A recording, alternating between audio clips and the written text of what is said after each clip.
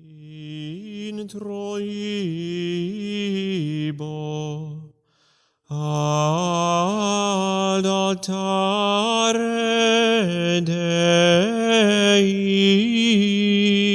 Welcome to Catholic Conversations. This is your host, Adrian Fonseca.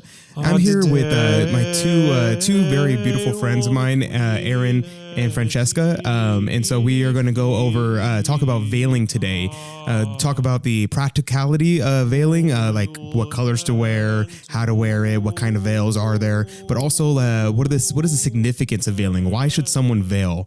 And so that's the kind of thing we're going to be talking about today. We're also going to go over their stories of when they started veiling and why did they start veiling and that kind of question. So throwing into that right now.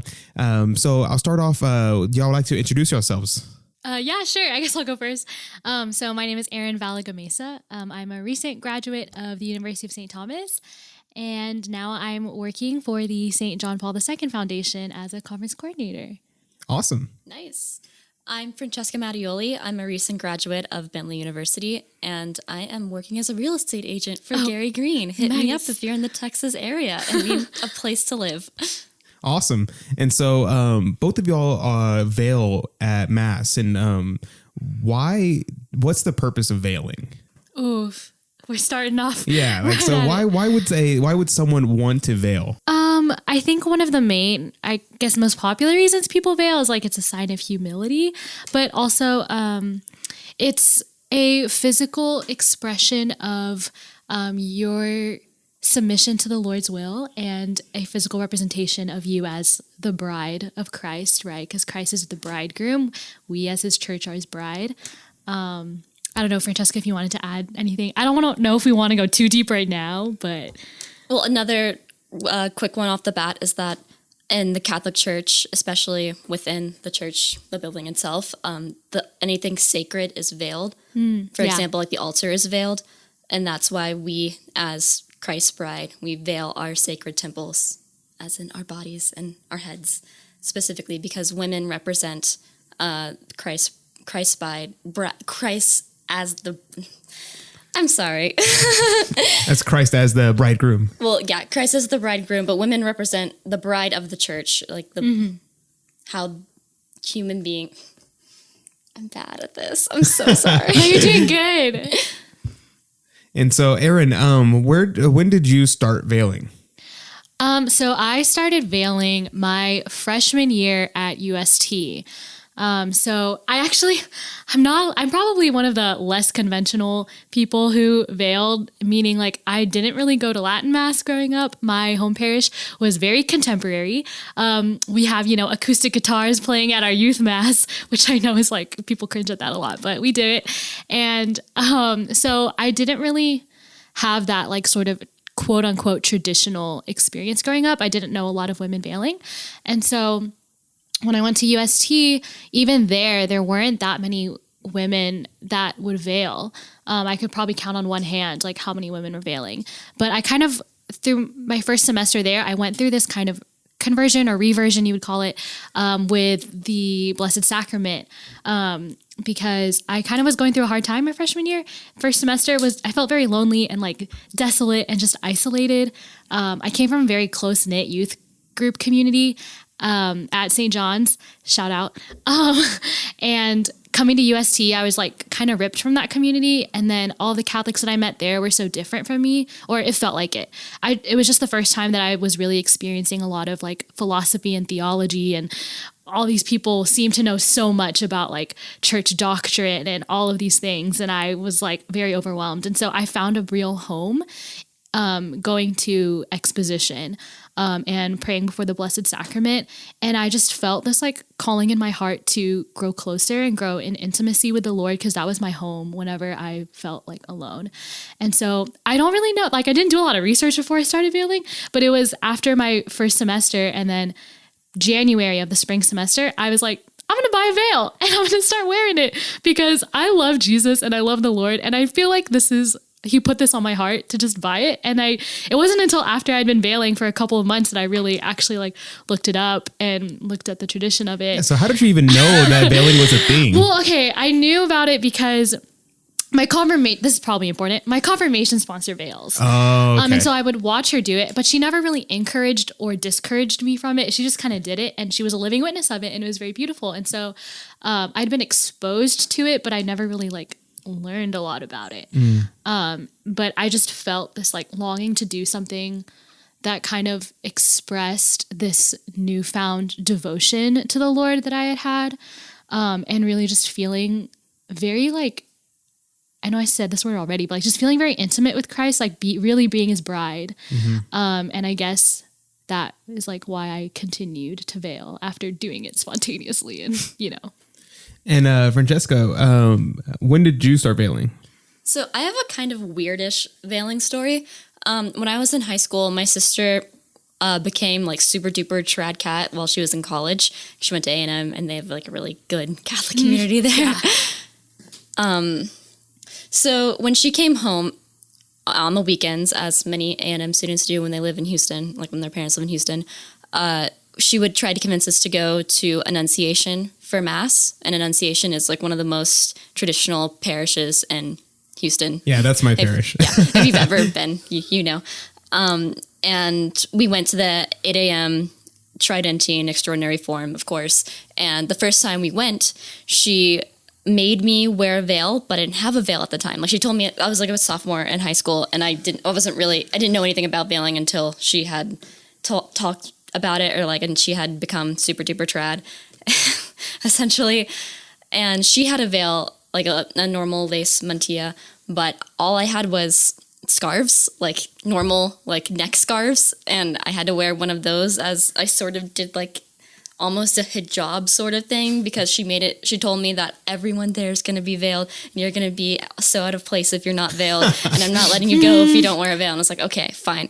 So I wear a veil at my first Extraordinary Form Mass that I've ever been to, and I sit like near the front with my sister and my dad, and it was a lot smaller 8 a.m. Mass people at that time than it is now. Like the community has grown in that area. So there was like maybe 30 people in the entire church, and we were sitting near the front, almost exactly to the front. And I'd never done Latin Mass before, so I had no idea what I was doing with all of the kneeling and stuff. So it was an interesting first experience. Fortunately, I kept with it and keep going to this day, because now Annunciation is my main parish for Sunday Mass, at least. But yeah, so after that, I saw that like not many other women in the parish were actually veiled. So my sister had lied to me online. Yeah.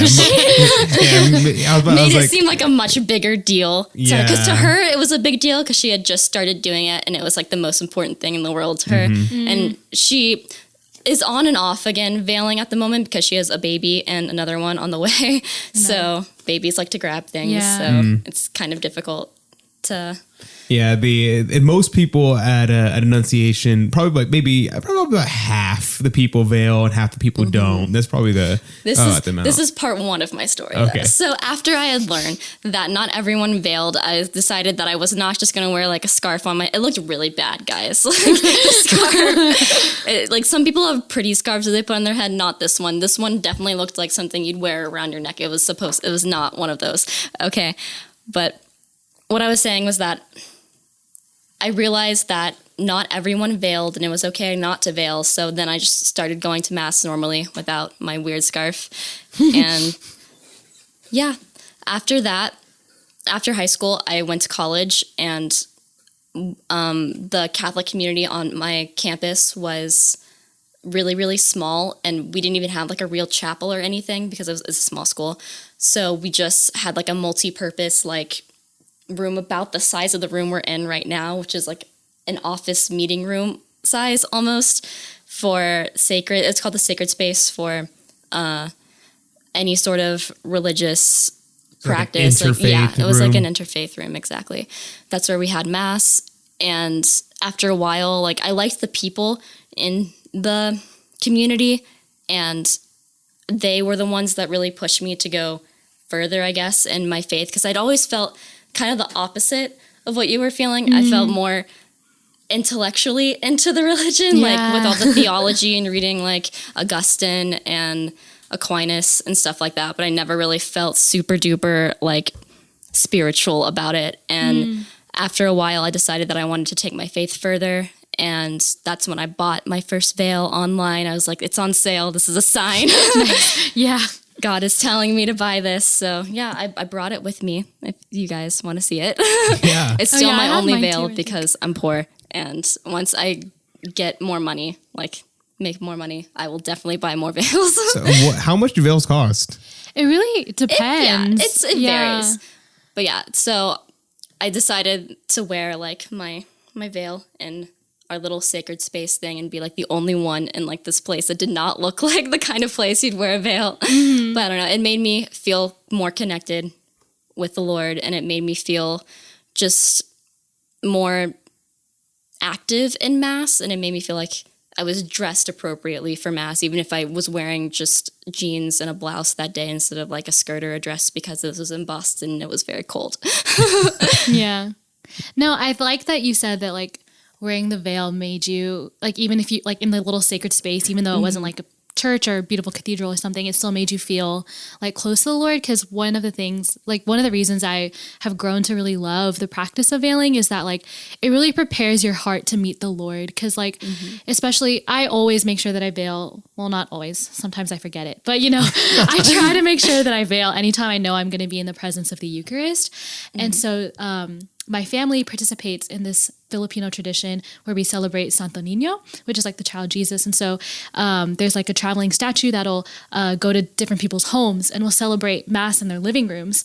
And, you know, clearly not a church, not, you know, somewhere like meant to be a sacred space, but because Christ is present there, like I bring my veil because, you know, like we're participating in something different. We're not just, you know, hanging out, having a Bible study, like talking with our friends, like we're in the real presence of God. And so I think that's a really beautiful thing to like in express. preparation for this, I was looking up what the veiling practices were before Vatican II, because Vatican II changed the rules on veiling to make it optional instead of mandatory. And apparently before Vatican II, a woman wouldn't even go into the church unless they had some kind of head covering. And so there's stories of people like, and there's pictures of it online of people who they forgot their veils and they would put like a tissue over their head. Yeah. Or it's like this, like they had to get something and cover their hair with it. And then obviously the guys, like no hats at all, nothing covering their head. Yeah. Because back then before, I guess, I don't know, the 1990s,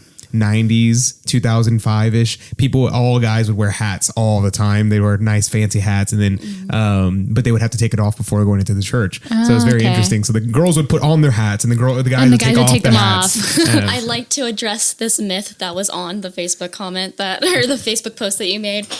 This one guy was saying that veils aren't traditional and they were only a thing because Jackie Kennedy, and like that might be true for the US that they weren't traditionally like but they worn. were definitely traditional elsewhere. In like Spain, Portugal, France. And even like in the times of Jesus, like look at Mary, they wore head specifically coverings. like the lace mantilla, like that's lace mantillas, a pre-United Spanish, right? States thing. Yeah, what was the mantilla? Is that what is that? Like, what is the different kinds of things? Like, what is like a mantilla versus what? I think Francesca's got this one because I really don't know. I don't know the exact definitions, but I generally refer to a mantilla as like a lace veil, essentially. Yeah, there's like a full lace and that's veil. versus like a scarf or like I guess so. It's it's a specific type of lace veil. Like usually it's longer as well. I think it might have to be specifically Spanish lace, but I think it can be like French Chantilly lace or whatever. I would probably call the one I have, I'll get it out right now. I think while she's getting that out, I think there are like different cuts. Yeah, might only consider a specific cut like a mantilla. Yeah. I could probably Google it, but... Yeah, and I know some people wear hats instead of a mantilla, and so like the idea isn't like so the idea isn't that you have to wear this specific thing. Right. It's the idea of head covering. Yeah, because my grandma used to wear a hat to Mass, and so yeah. Okay, so this is it would be a shorter cut, and it would still be a little bit shorter. Oh, okay. I see. It's about shoulder And length. so if y'all could see, it would be, it's about, it goes about her shoulder length, and it's, is that with like a beige color or a white? It's ivory. I don't know if it was white when I bought it and it's just yellowed because it's old, but Yeah, Yeah. mine's a little bit longer. It's more like yeah. it's like cut in a triangle, Yes. but whenever you put it on your head, it kind of like I think some people is like straight, like it's yeah. like a circle around your head. I don't really know. I think some people might so- consider that cut a mantilla with Yeah. the more triangle cut, and this cut might be considered like some sort of French, like some French thing. I don't Some know. French thing. The website That's I bought the it on technical term. was like the lady who made them was from the UK, and it was like Chantilly lace, and like she called it like a French style veil. Oh. So I don't know where mine's from because my mom gave this to me actually. Nice. Really? She knows I love veils, and she just is always going on pilgrimages. Lucky her. And she like picked it up whenever she went on her last one. Maybe I actually to Ireland or have- something. I have the website right here. It's called rosamysticamantilla.com, and mantilla is Mantilla. I say mantilla. I don't know if people say mantilla, but I assume it's Spanish. So Well, I have no idea. I've Yeah. been saying it Mantella, but I could be completely wrong. So I would not take my could word be for wrong it. too. And so where do the price points come in for like wearing a veil? Like if I was like, someone was like, oh, I want to get a veil for the first time, and I don't know, I don't want to spend a lot of money on it. Honestly, I think Etsy would be a good place to get a veil if you don't want to spend a lot of money. I have a friend who bought one on Etsy.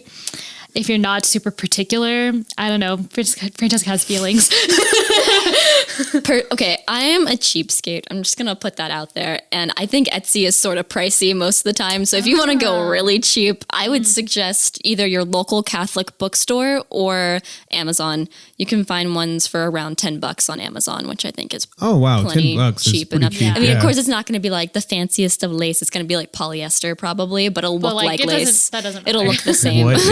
Yeah, I was like polyester. Is that? Yeah. It's plastic. Oh, okay. It's that's a what polyester. most clothing is made out of because okay. we live in a society that Has cheap clothes. It also depends on like if you're buying it from someone who like handmade it, Yes. or if it's like manufactured. Because obviously the manufactured ones are going to cost less. But Exactly. if you're buying it from someone who's hand making it, then obviously it's going to cost. if you more. want more of an investment, if you want something a little nicer, Rosa Mystica was a good one.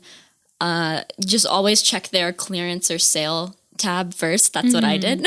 And mine was about $20. Oh, and wow. I got Nice. a little clip sewn in Awesome. so I can And so- easily pin it on my head. So what's with the different colors? Because I see most people will wear white, but some people will wear black or various other colors.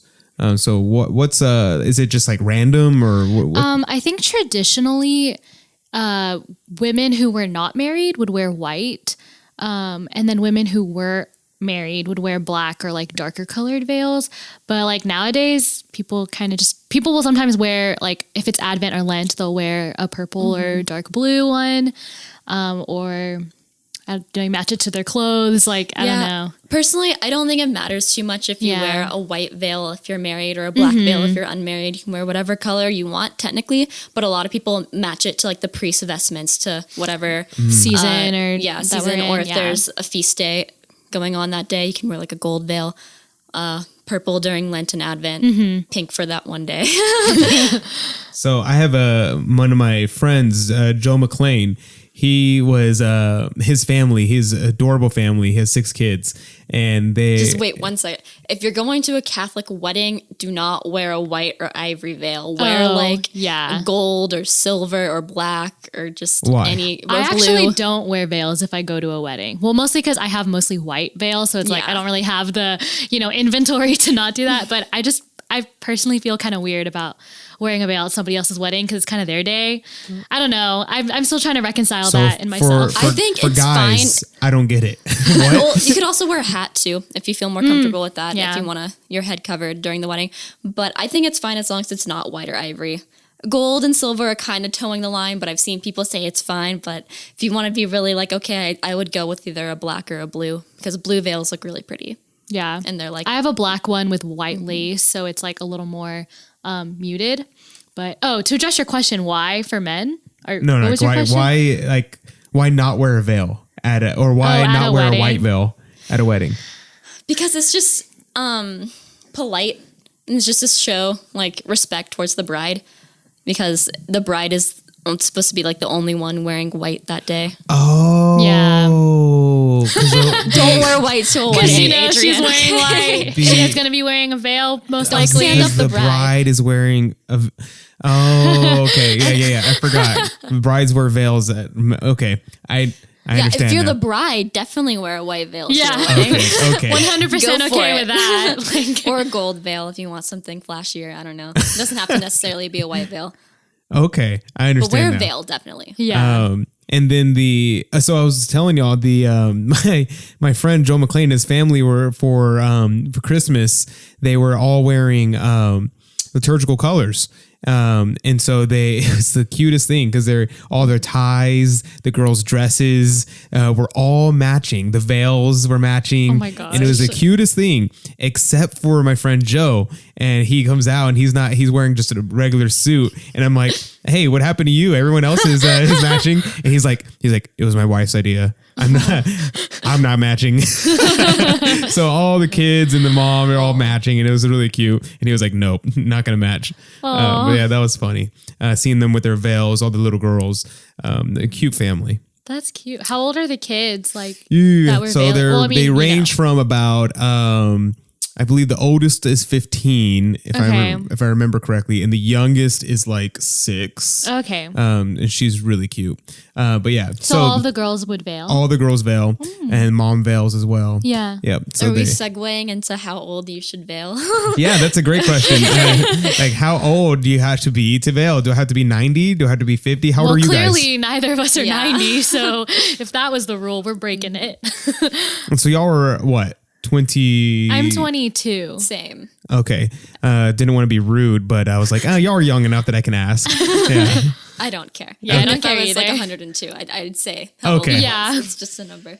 Okay. So yeah, so y'all are 22. So it doesn't mean that you have to be an old person to veil. And so how young should do you think someone should be when they start veiling? I mean, it really just depends. I read some article that put it very well the other day, and it was talking about how like it doesn't like it depends on like the disposition of your heart, right? And so like I mean, if you're a mom raising kids and you want them to veil, like I guess it's okay because you're their guardian and you can kind of like tell them what to do. You know what's best for them. Like you know that it's a good practice. It's not going to like lead them into sin if they're veiling at mass. But I mean, if it was for me, like if I were raising kids and telling them when to veil, I would just, let them decide on their own. I don't know. Like you can really be any age. It doesn't matter. There's not a limit.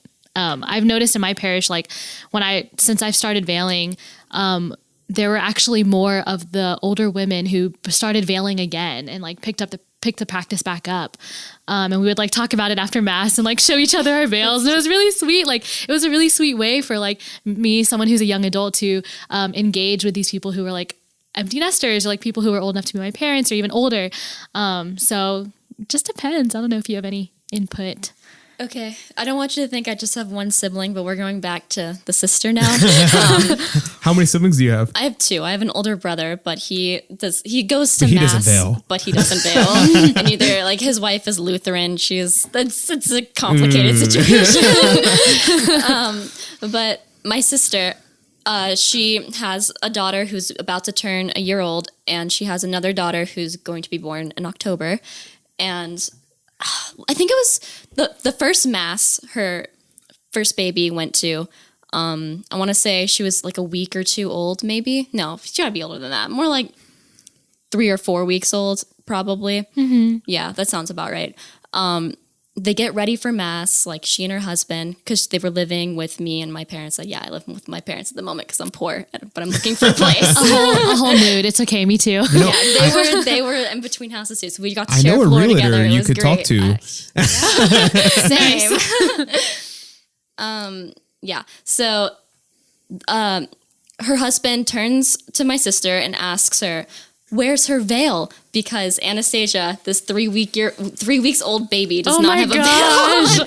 And my sister How just looks at him sweet. like, "What? Are you serious That's right now?" awesome. That's hilarious. Yeah, I I thought it love was pretty that. funny. I was like, that's a very Andrew thing to do. His name's Andrew. Her name's Marta. I know you all don't care, but it makes the story a little more believable. does. I don't know. That's adorable. I was just like yeah. imagining a little baby A with little her baby tiny veil. veil. You really could use a tissue at that age. They make baby veils, I want to say, but it's mostly bonnets that they make like okay. babies wear until they're like, old enough to put on a veil themselves at like, I don't know, 4 or 5. Yeah. I would assume, maybe 3. But yeah, she does not wear a veil. Like they did not make, my sister did not buy her one. I don't think she just wants to until she's a little bit older and isn't actually like really fussy at mass. And so how old were y'all when y'all started veiling? I would have been 19. And you were... Yeah. Well, yeah, I told you the one time in high school when that didn't really work out, but yeah, I was around freshman year of college, so like 19 as well. Awesome. For me.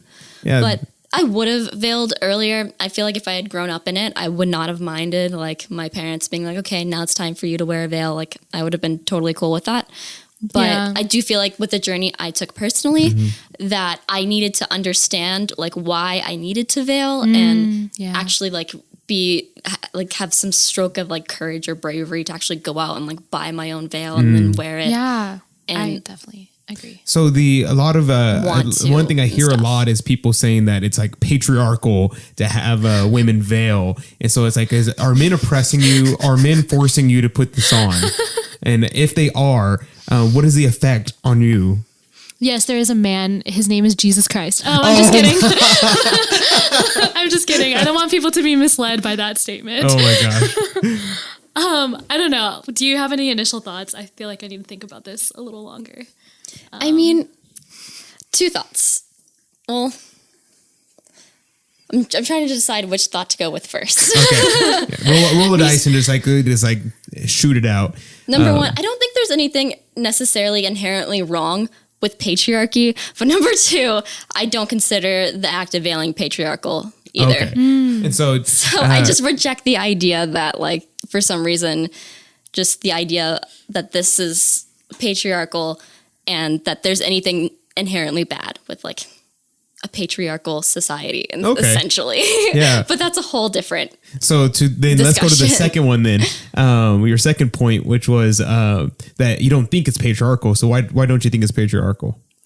Well, I don't think it's patriarchal because it's my decision, and like my boyfriend would not care either way. Like he's also very traditional Catholic, but he would be just fine with like he knows it's my decision. He would never force anything like that on me, and I don't think we live in a patriarchal society personally. But that's a whole other can of worms as well. That's a different podcast. I don't think it's patriarchal. I think it. I have so many thoughts that I'm trying to like sort through right now. It really bothers me when people in general say that the church is oppressive towards women, because I think understanding who I am as a daughter of Christ and as a sister to my fellow men who are in my Catholic community, like I have never felt more like supported and free to be a beautiful feminine person, which is also someone who is strong and confident and courageous, but someone who is also obedient and docile and with a servant heart, and there's nothing wrong with that. And I think especially the like willingness to be obedient and to be of service to others, like I think that's expressed well when wearing a veil, because you're, expressing your service to the Lord in that way. And like I just don't think that directly translates into us being oppressed. Right. And I got a little bit of a fuller thought. Nice. Necessarily at the There end you of go. the shot question. Okay. I don't think it's patriarchal because it's not meant to shame women either. It's meant to celebrate them. And like I said earlier, we veil things that are sacred. We're veiling ourselves because we're beautiful and we know it. Yeah. And we respect ourselves and the Lord that way. Is why. Yeah, I agree completely. That the whole idea of veiling beautiful things, and I personally as a Catholic guy, seeing women veil, I'm like, wow, that's way attractive. Just saying. And on a different note, whenever because I serve at Mass, and whenever I'm serving, it's very intentional, like what things we veil, what things we don't, and it's not the same at every church, unfortunately, because we kind of gone away from the idea of veiling in general, like not just women veiling, but we don't veil anything anymore. The tabernacle is not veiled at most churches, and so that at a church, whenever you see a tabernacle veiled, that's basically like the red light that's on, that's saying that Jesus is there. If the veil is off, that means nothing's in the tabernacle. Interesting. And so we veil things that are sacred. One liturgical question, I guess, was that replaced with a light in some place, or not a light, a The candle? candle? Yeah, Right. because that's how I learned it. Was like if the That's how I candle learned is it as lit. well. then- I don't know if it was replaced, but it was both. I think it was Okay. both and. All right. It wasn't an either or. So that's from my understanding, that it was they had the red candle and they had the tabernacle veiled. And so I know whenever I went to go visit the Dominicans over in DC, they actually don't have a candle at all. They just have it veiled, and they say like, if it's veiled, he's there. If it's not veiled, it's not there. Oh, that's so interesting. So the whole idea behind veiling is that these you veil what is sacred, what is most important, and the fact that women are veiling, and the fact that Our Lady veils. We see Our Lady and she's wearing a beautiful veil, especially Our Lady of Fatima with the most prevalent apparition, and that image that we see so often. It's her veiling because she's what is most beautiful. She is what is most precious to the mind of God. Yeah. Yeah, I think too. No, I really liked your points. I think one thing that you just made me think of was how, like, whenever there's like, when there's the chalice during I know nothing about like liturgy. So there's the chalice, and then they usually put that little thing over it, or sometimes they have it's like veiled by veiled. something. Yeah. Yes, You're and on so the right like track. you're thank you for the affirmation. So like they veil, like the body and blood of Christ, the Eucharist, and so like that the transubstantiation. What is it? That's what it. Yeah, that's what it The is. Eucharist itself. Okay, I'm trying to collect my thoughts. The Eucharist itself is a great mystery, and like one of those mysteries that like we're never fully going to comprehend in this life, right? And so like just mirroring that again, like that women veil themselves. There's like the mystery of the feminine mystique, like just how women are these complex and beautifully complex beings that like. We deserve to be veiled and to be recognized in that way too. I would agree 100% that women are mysterious. But yeah, so what is a significance? So we talked a little bit about like the mystery or the sacredness of what is veiled. So what is the theological significance or the symbolism of veiling, other than what we've mentioned? If there is anything else other than those two ideas. Because that's the general things that I always hear. The two most prevalent things is that you veil what is mystical, you veil what is mysterious, because it has some kind of mystery element to it. And also that you veil what is sacred. But other than those two things, are there other reasons why someone might veil? Specifically, theologically based or just practically based, or Either one. okay.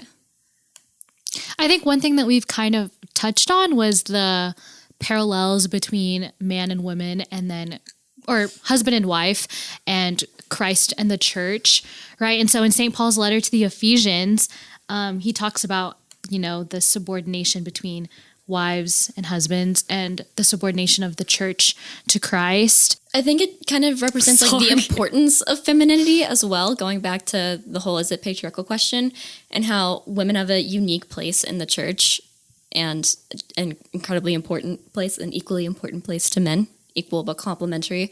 So that's why we veil and why men don't, because it symbolizes our unique importance and our unique femininity. Interesting. So moving over to a little bit more of a practical standpoint. So how does one veil, practically speaking? Like, how do you put it on? Because I've heard people like, I can't figure out how to make it stay and it keeps falling off and things like that. So, well, practically speaking, how does veiling work? I use a bobby pin, very like simply. I just kind of like pin it to my hair that way. I have one veil that's kind of a little stiffer, and it just kind of clings to my hair. So I don't really have to use a pin for that one, but I know some people have like a sewn in clip. I paid an extra couple bucks for the veil hand maker lady to sew in a barrette, and it clips really easily into my hair. And I don't have to worry about it. I don't have to worry about like finding pens, bobby pins before masks. I always misplace everything except for my veil. It's always in my purse. Yeah. And so is there ever when is the appropriate time to wear a veil? Okay, should you just wear it anywhere, or when is the appropriate time? Well, I think specifically a lace mantilla is supposed to be worn either in the presence of the Eucharist or just in a church in general, like a sacred church place in general. Okay, so anywhere where the Blessed Sacrament is exposed, yes. or is it just present? Present, okay, I would assume. Present. Yeah. And then anytime you walk say. into a church. Mm-hmm. Yeah. I generally try to veil if I know that like the Eucharist is present, even if just in the tabernacle. I try to veil then. And if you're talking to someone who was like on the fence about veiling, what would you tell them? Just try it. Pray. Pray on it. Just think about it. Read your sources. Google is your friend. Google is your friend. Just talk to other people. Try to figure out why they veil. That too. And maybe see if that's like, if it's something that speaks to your heart, or if you're like, oh, like I kind of feel the same way, or that relates to me. Mm-hmm. I don't know. And what about people who they feel awkward veiling? They're like, I know I want to veil, but I'm not confident in doing it because hardly anyone does it. I relate to that. That's how I felt. Yeah. I was about to say, I feel like we both felt like that. I think one time somebody asked me, and they're like, aren't you like worried that people are going to just look at you and not be focused on the mass or on Jesus? And I was just like, well, I'm not really doing this for anyone else. I'm doing it for myself first. And then if someone does notice, then maybe they'll see it as a witness and a testimony to, like, you know, Jesus is really here and there's something different about what we're doing. And the faith life is something to be taken seriously, you know, and maybe it'll bring people to see like the beauty of it. Hopefully. I mean, that's my hope. I don't know. Yeah, I like what you said about like how maybe someone will see you veiling and see like the significance of what's going on. It's kind of like your veil is directing the attention back to like, hey, there's something important going on in this building, and it's not just like we're outside, and if you were wearing a veil outside, it'd be kind of weird. But the fact that you're wearing it in the church is a reminder that, hey, something sacred is going on in here, that we have to be different. We're not the same as we are outside. Yeah. Mm-hmm. So I think one of the most important things to becoming more comfortable in your veil when you're first starting out is to choose the right one. Like, go on Pinterest, look up pictures of girls in veils, decide which style like fits your personality and your wardrobe, like what you like to wear, and then pick the right veil. That's step one. Step two is be comfortable wearing it like around the house before you go out to mass. That's just a good tip. try, I should have done like, that. Find ways to like do your hair with your veil. I just put mine down, and my hair's longer than my veil. Some people feel awkward when their hair's longer than their veil, but I liked it that way, and mine ends at the shoulders. I didn't want something that was going to cover like my whole body. Not my whole body, but some veils cover like go down like the your back. And that was just too much for me. And it was also really expensive, so that was no. But if you want to be that extra, then you go for it. What else? Yeah, so another thing girls do is, another perk to wearing veils is that you don't really have to worry about your hair looking amazing for mass or anything if you're really self-conscious about that. It hides it, so you can sleep in a little bit. I have a if it story takes you a about that while to one do your time. hair. But one thing that people do, especially if you have the triangle mantilla version of a veil, is they put it in either a high or low ponytail and then put their hair up in a high or low ponytail and then put the veil on top of that. And it's just super easy and it looks cute and it's fine. Yeah. You don't have to worry about your hair.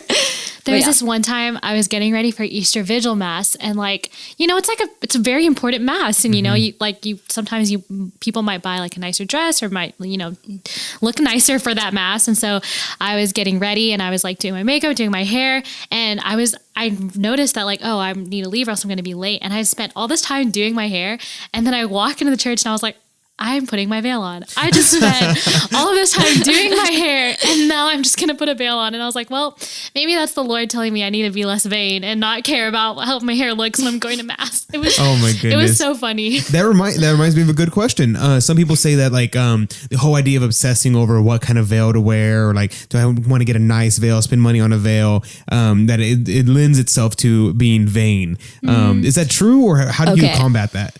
I don't think there's any vanity involved really until you get comfortable. This is where the danger comes, is when you get really comfortable wearing your veil, and then you get a little bit of an ego, because then you just want to flex on all the people that aren't wearing veils, and you want to go to like those masses where like no one's wearing a veil, and then you want to wear your veil, and then you want to receive communion kneeling in on the tongue and be that guy while everyone else is just receiving it in the hand. And that's a perfectly fine, okay thing to do, as long as you keep humble while doing it. Know that you're not doing it because you think you're better than all the other Catholics who aren't as trad as you. You're doing it because you know, like, this is what you believe is the correct way to receive Jesus, to experience the Mass. And you're not really, I guess you could consider yourself trying to evangelize, like, more, what's the politically correct term? I don't know. Just trying to evangelize in general. Less traditional Catholics into a more traditional, exposing them to a more traditional form of Catholicism, and Novus Ordo. Do people say either? Novus Ordo. Okay. Yeah. Novus Ordo. kind of Mass. I've heard it both ways, order and ordo. I don't know if that's correct though. It's the new order or the Novus Ordo. Yeah. Yeah. Either one. That both English and Latin at the same time. There we go. We're mix so them. bilingual up in here. Yeah, there we go. I mean, doesn't the BC AD annoy you? Because it's Yes, it does. it's before Christ and Anno Domini. Like, it's not both Yeah. Latin or both English. It's one is Latin and I one is imagine that BC is probably also in Latin, and we just like No, it's translate it not. to English, It's right? not. We don't. It's I in know English. nothing on this subject. I don't know. BC is English. Because I looked it up. don't Maybe my know. source was wrong, but from don't what know. I read, it's not. It's English and Latin. We for, could like, make the up same Latin weird. for That's so BC if it weird. would make you feel better. Yeah, maybe. I might have to do that. There's a BCE, which if Which you're is terrible. secular, Oh. it's before the Common Era. Yeah. If you're Christian, it's before the Christian era. And then Yeah. CE is Common Christian Era. Common era. era or Christian era. Yeah. Yeah, that I have I have a lot of thoughts on that too. But we won't talk about that. I did have one other thought Okay. about the whole vanity thing. I also read in an article online that like if you're thinking about veiling but you're like worried about the whole vanity thing, then maybe look at a veil, or maybe get a veil that like you might not like a whole lot, or you know, one that's like very simple, or one that's in a muted color that would blend in with your hair maybe, because you're still participating in the practice, but it's not as quote unquote flashy as, you know, wearing a white one or like a bright gold one or one with like a lot of lace pattern and stuff. So I have two veils that I use, and one is like a more muted one, and I use that one whenever I go to daily mass, just because it's like, you know, I don't know, more muted. I can't think of a different word. It's just more low key. And then I have the white one that I use that for like Sunday mass. Just because I want, you know, that one to be a little more special. And that way I'm, you know, not getting in that flexing mood. And so have y'all ever had anyone like confront y'all about veiling, either in a good or a bad way? Either like before mass or after mass, or people just like, why do you veil? Or just people attacking you for veiling or complimenting you for veiling? Has it anything like that ever happened to y'all? There's one instance that comes to mind. It wasn't bad at all. It was actually very kind. I was in Denver, I think, and I was praying at a chapel. I don't even remember where it was, but I was praying and had my veil on. And I remember I was in like running shorts and a t-shirt, and I was, like you just have those days where you just don't feel beautiful and you're just like feeling gross and ugh. And I was wearing my veil, and this like random lady came up to me while I was praying, and I think she was leaving, and so she wanted to talk to me before she left, and she was just like, I just wanted to let you know that you are so beautiful. And she was like, and I love your veil, and it really just like shows how like wonderfully made you are. And I was like, thanks. And I just like started crying because I was feeling so terrible about myself that day. But that was a nice confrontation. Wow. That's really great. I've never had any guy ever walk up to me and be like, hey, you're just such a beautiful man, dude. And that's never happened to me, oddly enough. I don't know. It's kind of weird. You need to step up your game. Maybe you need to, do your hair better or something. I'm just kidding. Usually what happens after mass is Father Felix scolds me for messing something up during mass. He's like, hey, you were too late on bringing up the cruets. That is a very Father Felix thing to do. Yeah, this is about the. Did I tell you that? Okay. I'm a more awkward person. I'm just gonna put that out there. You guys don't know me, but if you did, you'd know me. Like, you know this. And I don't really like confrontation or like touching strangers, so I really don't like the sign of peace that they have at like Novus Which is my Ordo favorite Mass. thing about the Trinity Mass is not having to shake people's hands. Honestly. But Father Felix, who says the Tridentine Mass, the Extraordinary Form Mass, Traditional Latin Mass, whatever you want to call it. I don't even know if I'm using the right words for it, but they all we're sound gonna right to me. You used all the right words. Okay, cool. He stands at the back of the church, and back when there were a lot fewer people going, because I went to this one and also the Novus Ordo at 5:30 at the same parish, and at that mass at the Novus Ordo at this parish they don't do sign of peace, but Father Felix does make you shake his hand as you're leaving the church, and I snubbed him one time and he like stopped me, and it was the most awkward moment of my life. Not the most awkward moment of my life, but it was up there.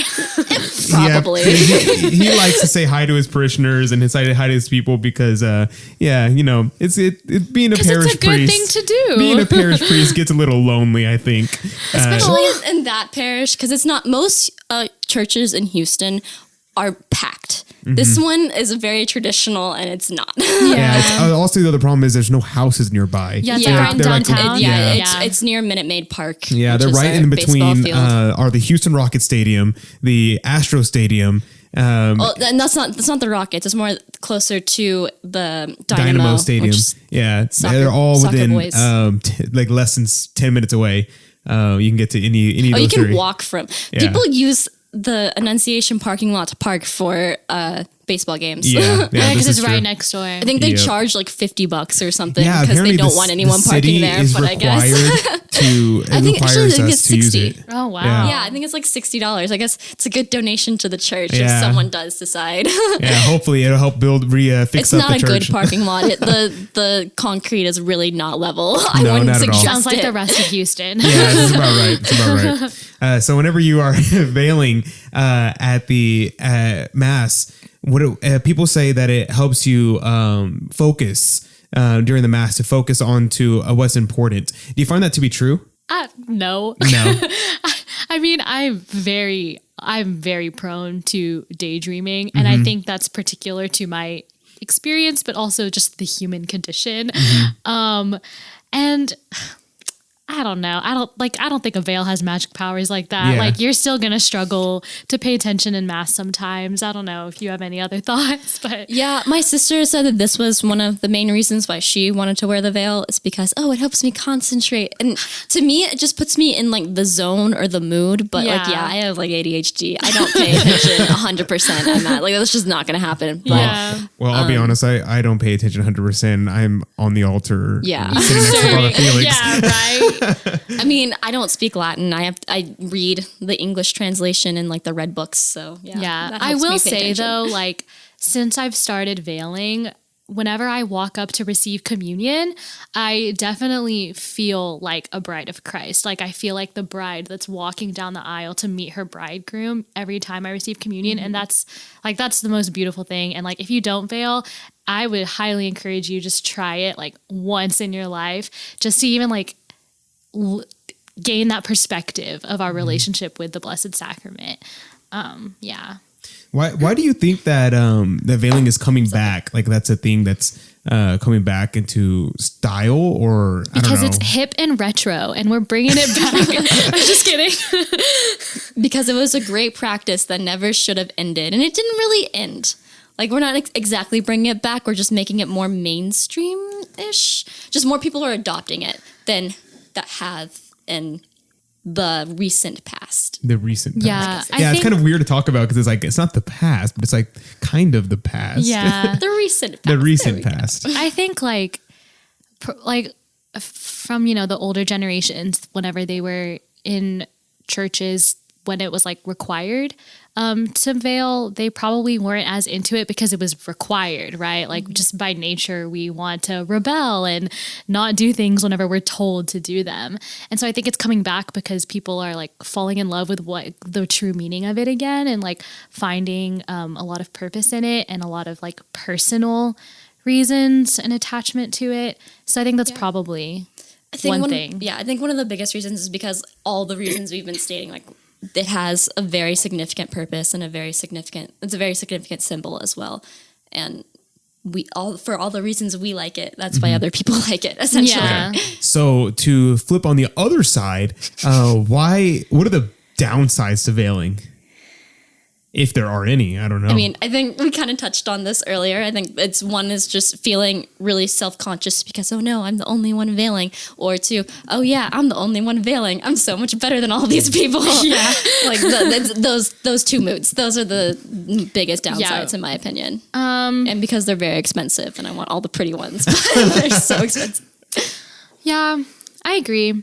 I think too, just like not wanting people to think that you're like holier than thou when you veil. Like that was one of the biggest things that I was scared of, especially because like when I started veiling, I was primarily attending mass at St. Thomas, and people there understood. They might not have veiled, but they like got it. They understood the practice. They weren't going to question me. But whenever I went home to my home parish and veiled for the first time, that felt so radical and crazy, and like I could feel people staring at me, and I could feel people, or I don't think people actually thought this, but like, the devil was whispering like, oh, Erin, they all think you're holier than thou. And they all are like, oh, look at Erin. She went to UST and now she's back in veiling and doing all these things.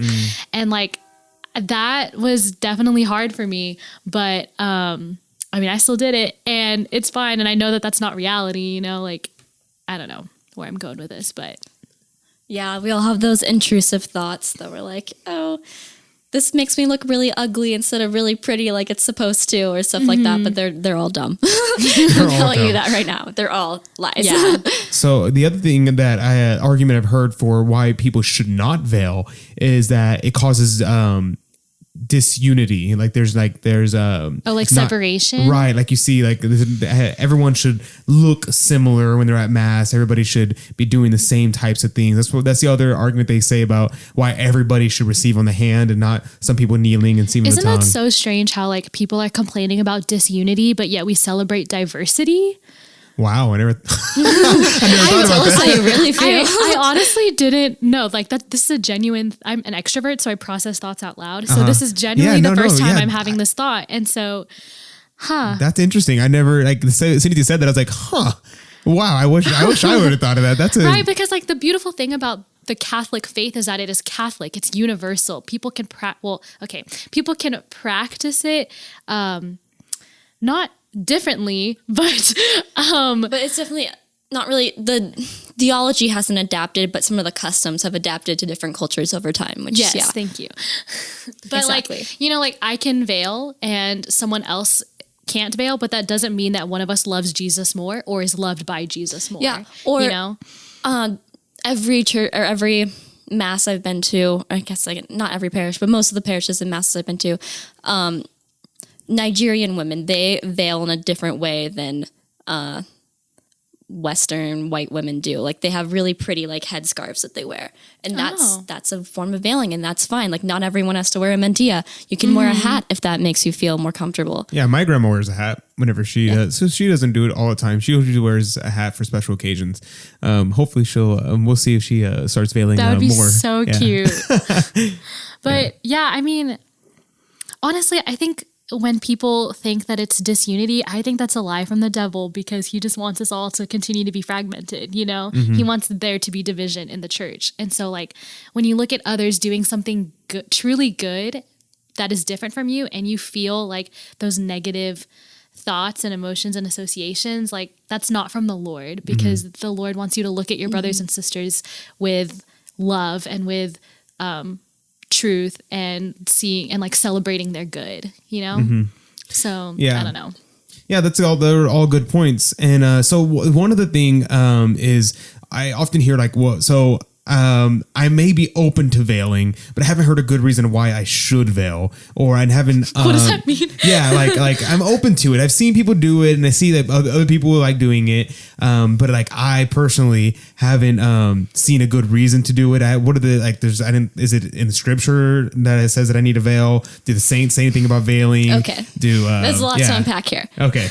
If someone came to me like that, I'd ask them, are you really trying to get me to convince you to veil, or are you trying to make me question why I'm veiling? Or like, are you trying to justify the reason why you're not veiling? Because that's what it sounds like to me. I think that's sort of a very self-defeatist kind of question. Like, oh, convince me, when they're asking it in that sort of question, but in that sort of like tone. But if they genuinely want like convincing, like I would just tell them everything that we've been talking about.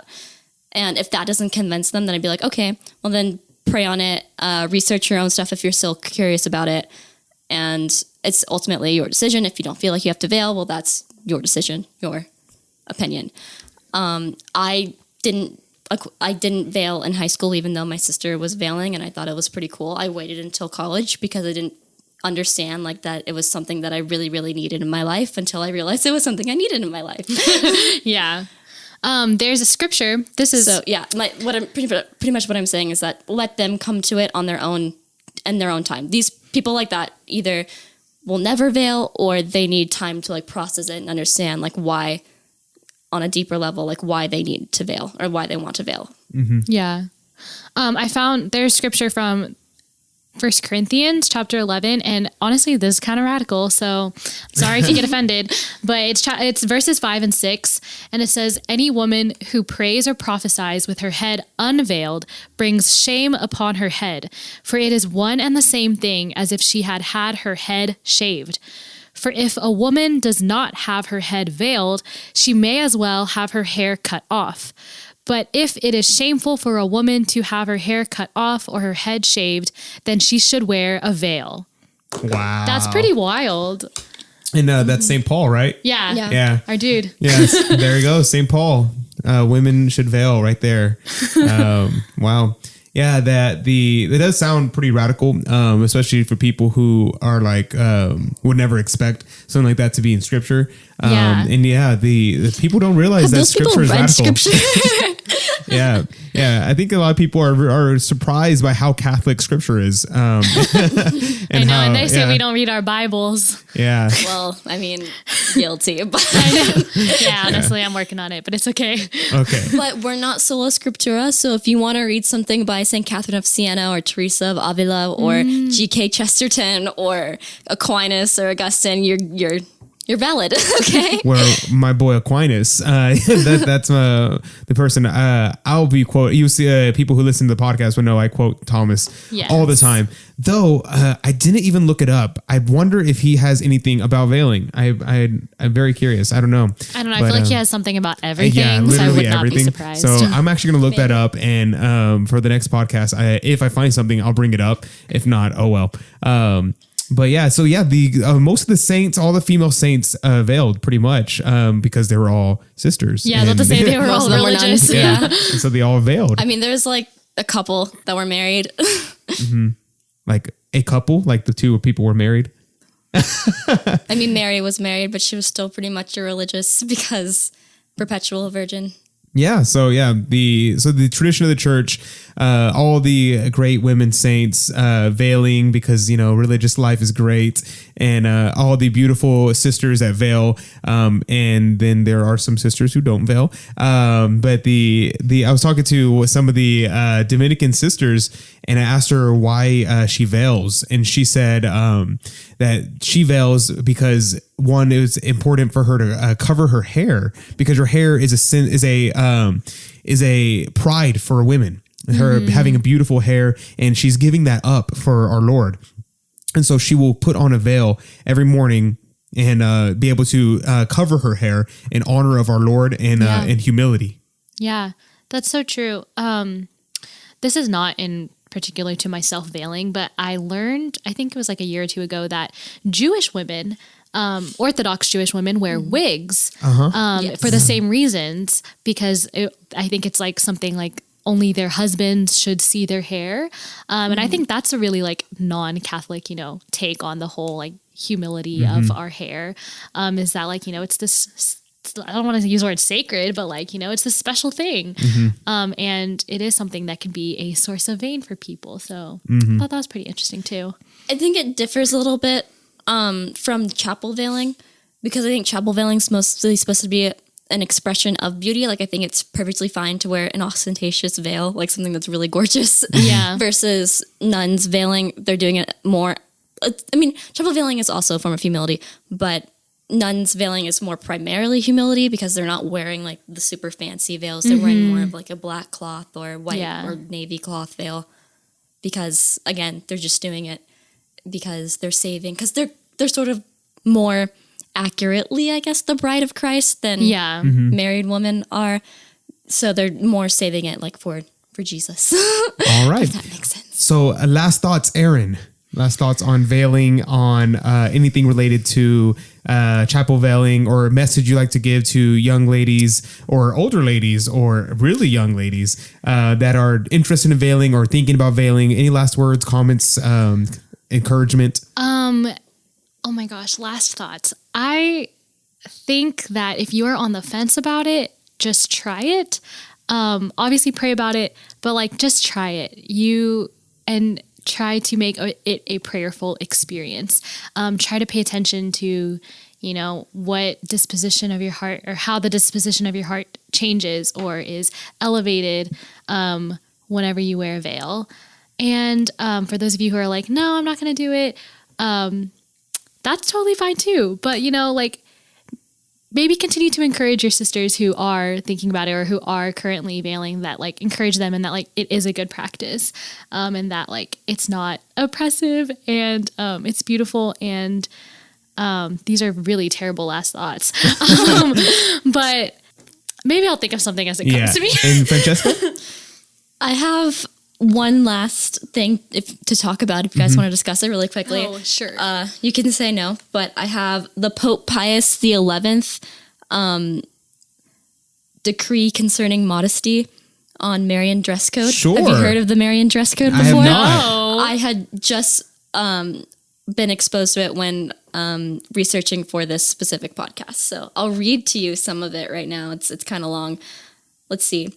The Mary-like standards for modesty in dress. A dress cannot be called decent, which is cut deeper than 2 fingers' breadth under the pit of the throat, which does not cover the arms at least to the elbows, and scarcely reaches a bit beyond the knees. Furthermore, dresses of transparent materials are improper. Mary-like is modest without compromise, like Mary, Christ's mother. Mary-like dresses have okay, that's essentially. I would just like to put it out there that neither of us are dressed according to the Marian code. Wow, that's intense. Mary-like dresses provide full coverage even after the jacket, the cape, or the stole are removed. Whoa. So whenever people are like, cover your shoulders with a shawl, it's like, nope, you have to be able to be modest without the shawl. You're cheating. And then lastly, slacks or jeans are not to be worn to church. Mary-like fashions are designed to conceal as much of the body as possible rather than reveal it. This would automatically eliminate such fashions as tight-fitting slacks or jeans, sweaters, shorts which do not reach down at least to the knees, sheer blouses, and sleeveless dresses, etc. These Mary-like standards are a guide to instill a sense of modesty.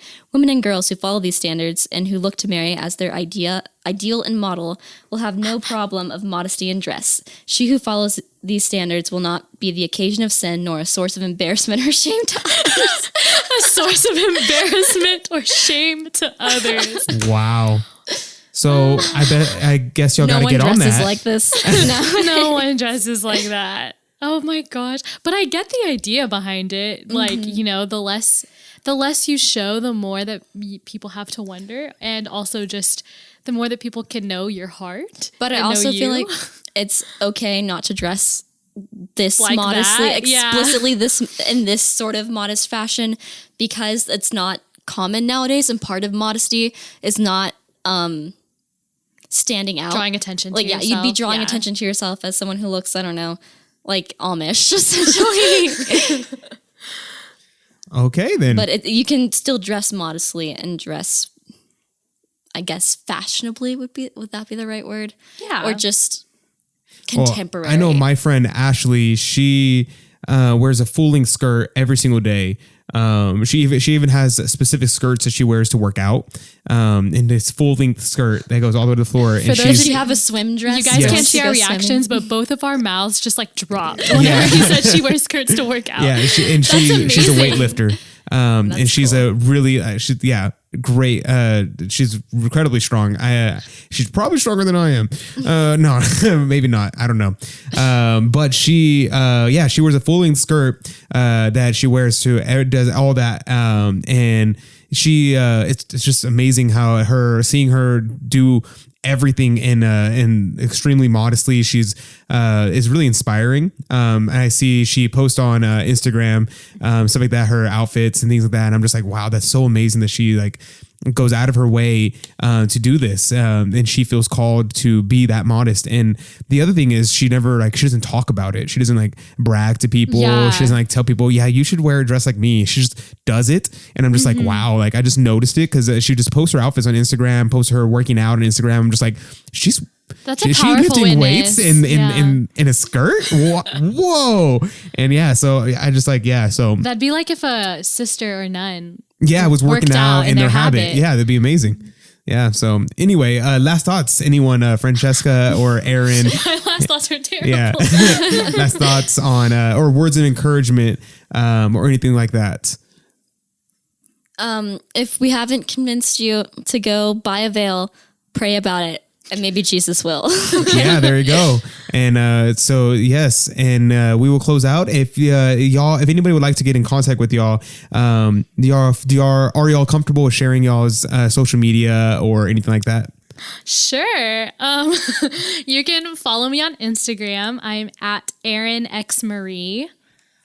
Your middle name's Marie? Yeah, didn't like know every that. other girl my age. Oh wow, that's it. Yeah. You can follow me on Instagram. We can be that's pals. Erin X Marie. Yes. Okay. Erin X Marie. If you didn't hear it the first time. Yeah, making sure. I don't really do public socials. My socials are more private, so Okay. don't follow me, please. Okay. And then you can contact me at fonsecaproduction@gmail.com. That's Fonseca, FONSECA production@gmail.com for any questions, comments, or concerns, soapboxes, negativities, positivities, or anything in between. So feel free to contact me about anything you'd like. And as always, we will close out in a Hail Mary. In the name of the Father, and the Son, and the Holy Spirit. Amen. Hail Mary, full of grace, the Lord is with thee. Blessed art thou amongst women, and blessed is the fruit of thy womb, Jesus. Holy Mary, Mother of God, pray for us sinners now and at the hour of our death. Amen. In the name of the Father, the Son, and the Holy Spirit. Amen. O Juventutem,